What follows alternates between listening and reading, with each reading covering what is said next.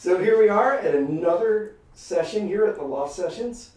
Tonight I am so proud to have in front of you Gloria, Shaun and Stef, who are sometimes known as CTO Park Central, but you're so much more than that. And what I want to find out tonight is the rest of the story.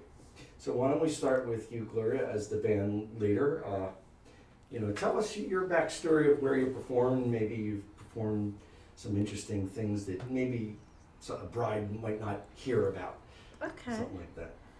Well, I've been singing since I was in a diaper, but professionally, I'd have to say jazz, Latin jazz. For about 5 years, I was featured weekly at Zanzibar Blue in Philadelphia. Oh, wow. And I had a Sunday show there. And that was my first, I'd say, really, really big gig. And I enjoyed it. I made a CD. I was able to sell my CDs there. And so, yeah, I'd have to say jazz is my heart. So the first time I don't know if it was the first time we met, but I was certainly blown away by your performance. We did a gig down in a movie hangar in Chester, the Sun Studios. And you had a Latin jazz band there, and you were just killing it that night. It was just amazing. Thank you. So how about you, Shaun? Oh man. You have a CD out too, don't you? I don't have a CD out, but I have some singles out on Apple iTunes and Okay. Might want to mention how they find you. Shaun Chris John is on all. How do you spell that? Shaun SHAUN and then space Chris John is together. CHRISJOHN. Okay, great. Yeah, so that's on all I guess social media platforms and all market outlets, song market outlets. But I started off at 15 as a songwriter. I used to work with a producer named Darrell Bottoms. He worked with Boys and Men, Britney Spears, and then I met him at my church. So I started off there, but I always sung in church and everything like that. So then moving forward, I used to write at different studios in Philadelphia. I wrote at Sigma. I used to be writing at Sigma and Home Cooking with Carmen and Ivan and all them. So I kind of got my feet wet in there, whatever like that, and with recording and writing. And some of my biggest moments were I got to sing the national anthem with a group of guys for Philadelphia Soul. Oh, and I opened up for the Roots at the Electric Factory. Great. Then I did The Voice season 12. Then I got called from Elmira College to do a headline show. And that's kind of around the time when I first got into this band. So that was like my professional performing kind of moment where I started really getting my feet wet in the professional league, Sure. on that platform with this group. Fantastic. I came in very green, so I didn't know what I was doing. Gloria, When I make grew- sure that you... That's not true. He's great from the beginning. I had my little kinks that I had to iron out, but I was learning along the way, but I was a fast learner, I guess. Fantastic. And Stef, you have an interesting story because you didn't come the same route. When we were talking earlier, you were telling me. So let's hear about your story.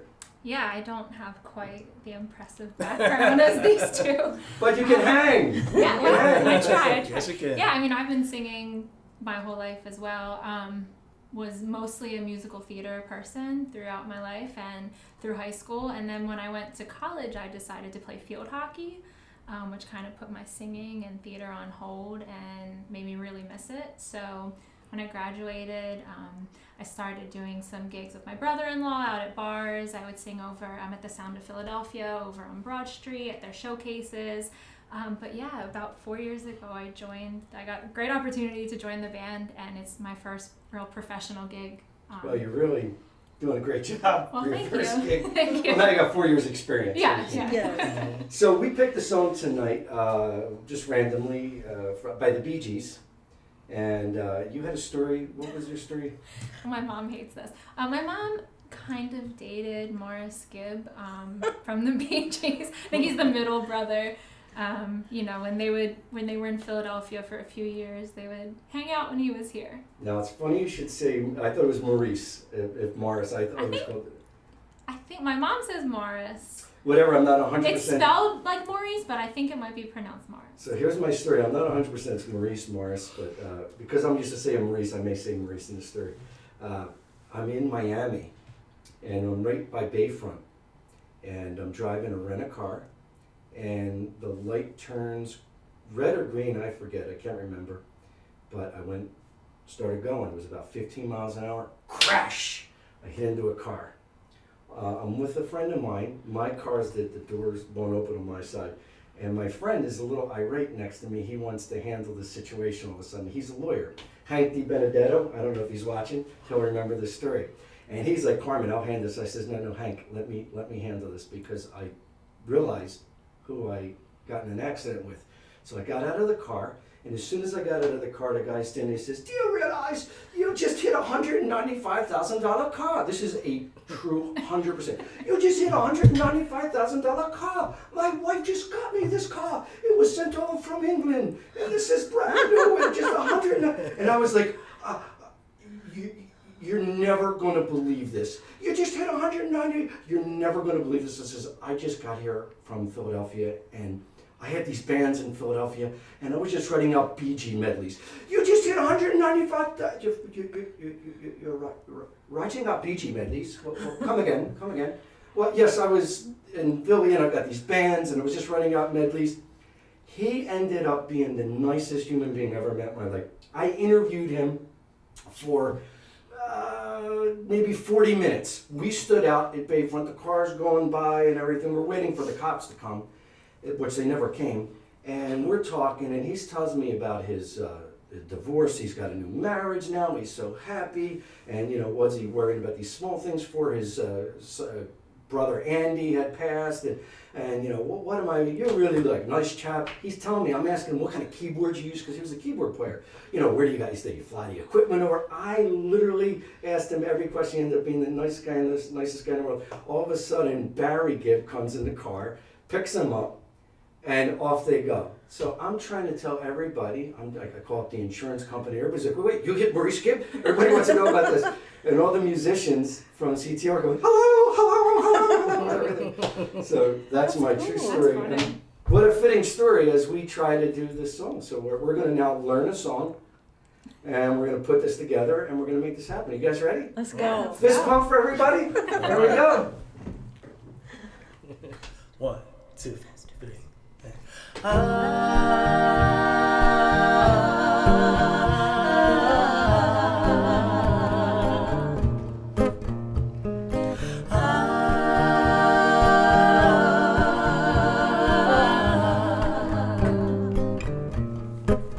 I know you're rising in the morning sun. I feel your touch in the pouring rain. And the moment that you wander far from me, I wanna feel you in my arms again. And you come to me on a summer breeze, keep me warming in love, then you softly. And it's me you need to show. How deep is your love? Your love. How deep is your love? I really need to love. 'Cause we're living in a world of fools, breaking us down. When the ocean let us be, we belong to you and me. I believe in you. You know the door to my very soul.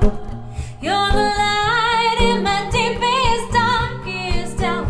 You're my savior when I fall. And you may not think that I care for you, when you know down inside that I really do. And it's me you need to show. How deep is your love? How deep is your love? 'Cause we're living in a world of fools, bringing us down. And the ocean let us be. We belong to you and me. Me. Oh, how deep is your love? How deep is your love? How deep is your love?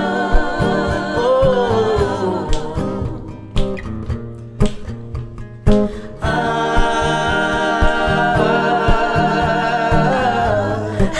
deep is your love?